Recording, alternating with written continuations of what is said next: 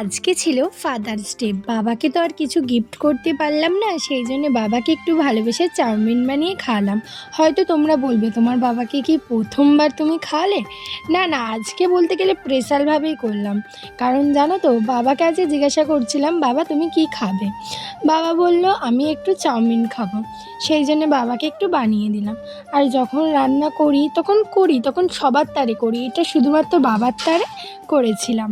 তো কিভাবে করলাম সেটাই তোমাদের সাথে শেয়ার করব। আজকে আমি অনেকটাই পরিমাণে চাউমিন করেছিলাম।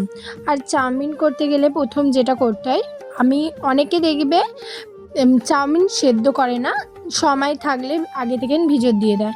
তো আমিও এটা করতাম, কিন্তু আজকে আমার কাছে সময়টা খুবই কম ছিল।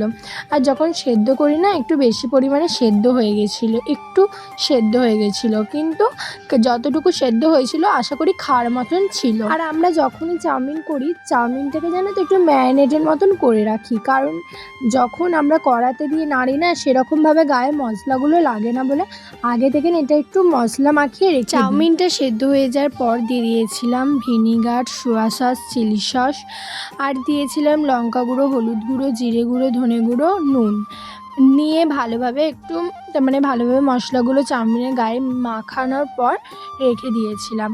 তারপরে ভেজে নিয়েছিলাম গাজর, পেঁয়াজ, টমেটো, ক্যাপসিকাম, লঙ্কা।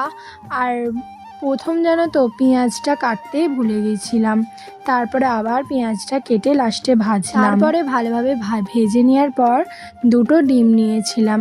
আর আমি জানো তো যখনই ডিম ভাজি না, একটু কম পরিমাণে তেল দিয়েই ভাজার চেষ্টা করি।